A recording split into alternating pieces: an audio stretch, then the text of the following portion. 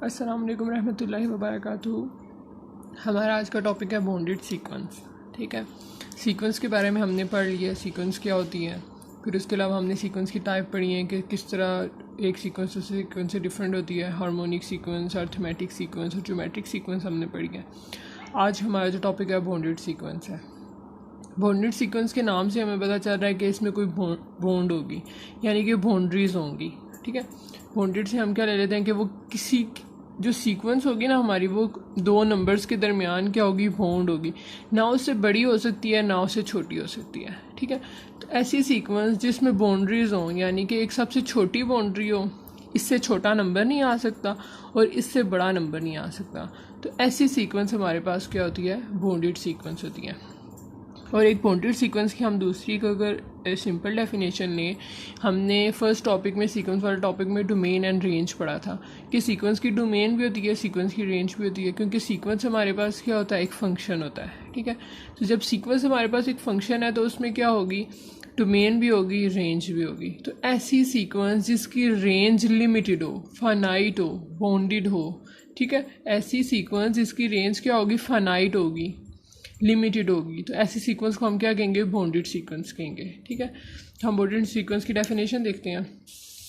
A sequence is bonded if it is bonded above. ठीक है, bonded above का मतलब क्या होगा, इसमें एक ग्रेटर नंबर हो, यानी कि एक बड़ा नंबर हो, जिससे आगे मतलब एक बाउंड्री ऐसी बाउंड्री हो जिससे कोई और बड़ा नंबर ना हो। एंड बिलो, ठीक है, if it is bonded above and bonded below, यानी कि एक छोटा नंबर भी हो और एक बड़ा नंबर भी हो। इस बड़े नंबर से हम आगे नहीं जा सकते, इस छोटे नंबर से हम पीछे नहीं जा सकते। That is if there is a number के लेस दैन और इक्वल टू ऑल टर्म्स। ठीक है, एक ऐसा नंबर के क्या होगा जो लेस दैन होगा सारी टर्म से, क्या होगा, या उसके टर्म के इक्वल भी हो सकता है या उन टर्म से सबसे छोटा भी हो सकता है। ऑफ सीक्वेंस अनदर नंबर के ग्रेटर दैन और इक्वल टू ऑल टर्म्स, यानी एक के स्मॉल के एक ऐसा नंबर होगा जो सारी टर्म्स में सबसे छोटा होगा, और ग्रेटर देन के एक ऐसा नंबर होगा जो कैपिटल के है। फॉर एग्जांपल कि हमने उसको कैपिटल के का नाम दे दिया। कैपिटल के एक ऐसा नंबर होगा कि जिससे बड़ा कोई नंबर उस सीक्वेंस में एग्जिस्ट नहीं करता होगा, यानी कि हमारी जो सीक्वेंस है वो स्मॉल के और कैपिटल के दरमियान क्या होगी, बॉन्डेड होगी। तो ऐसी सीक्वेंस को हम क्या कहेंगे, बॉन्डेड सीक्वेंस। तो अगर हम इसकी एग्जांपल देखें, फॉर एग्जांपल 0 2 देखें। अब इसमें एक नंबर 2 है और एक नंबर 0 है।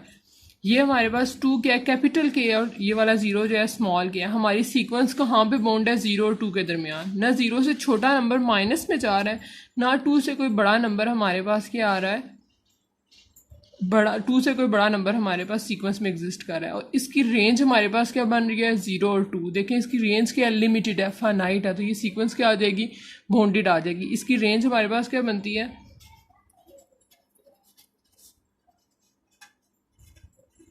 तो फाइनाइट रेंज है ना हमारे पास। तो ऐसी सीक्वेंस को हम क्या कहते हैं, बॉन्डेड सीक्वेंस। इसमें स्मॉल के कौन सा है, 0, और कैपिटल के कौन सा है, 2। तो ऐसी सीक्वेंस को हम क्या कहते हैं, बॉन्डेड सीक्वेंस कहते हैं।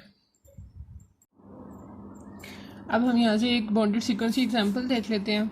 अब यहाँ पे हमारे पास क्वेश्चन क्या है, -1 की पावर 2n और डोमेन क्या है, n belongs to natural number, यानी कि नेचुरल नंबर पुट करने हैं। तो हम सबसे पहले क्या पुट कर लेते हैं, n इज इक्वल टू 1। तो हमारे पास आंसर क्या आ जाएगा, -1 2 की पावर 1, तो ये क्या आ जाएगा, 1। ठीक है,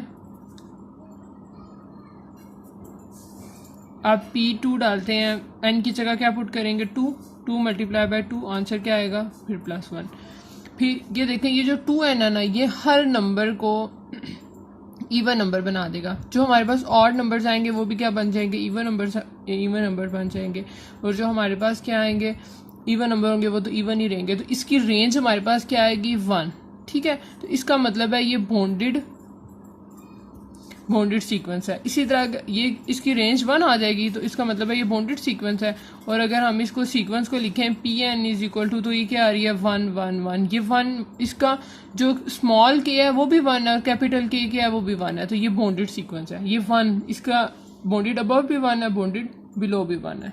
ठीक है, नेक्स्ट एग्जाम्पल है हमारे पास -1 की पावर n। अब इसमें हम क्या करेंगे, n की जगह नेचुरल नंबर्स पुट करेंगे।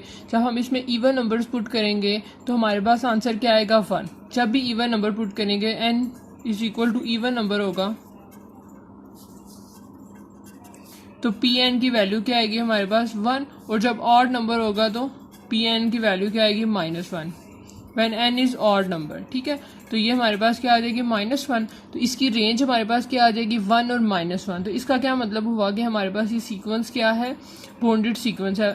इसमें स्मॉल के जो है वो -1 और कैपिटल के क्या है 1, यानी कि ये सीक्वेंस क्या है -1 और 1 के दरमियान बॉन्डेड है। अगला हमारे पास क्वेश्चन है 1/n। इसमें जब हम वैल्यूज डालेंगे 1 डालेंगे तो हमारे पास क्या आएगा 1, 2 डालेंगे तो 1/2, 1/3, 1/4, 1/5। ठीक है, सो ऑन। अब देखें इसमें जो बॉन्डेड बिलो है वो 1 है, लेकिन इसकी जो बॉन्डेड बिलो 1 है, सॉरी बॉन्डेड अबव 1 है। ठीक है, बॉन्डेड अबव क्या 1 है।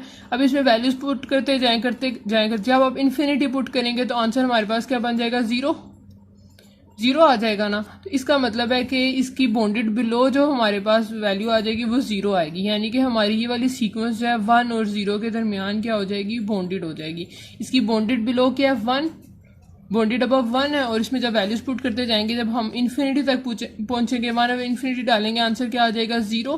तो इसकी बॉन्डेड बिलो क्या बन जाएगी 0। तो हमारी सीक्वेंस जो है 1 और 0 के दरमियान क्या है, बॉन्डेड है, तो इसलिए ये बॉन्डेड सीक्वेंस है। ठीक है, ये भी हमारे पास एग्जांपल होगी, और होप सो कि आपको आज का टॉपिक समझ में आ गया होगा बॉन्डेड सीक्वेंस के बारे में। अगर आपको कोई बात समझ नहीं आई तो आप मुझसे कमेंट सेक्शन में पूछ सकते हैं।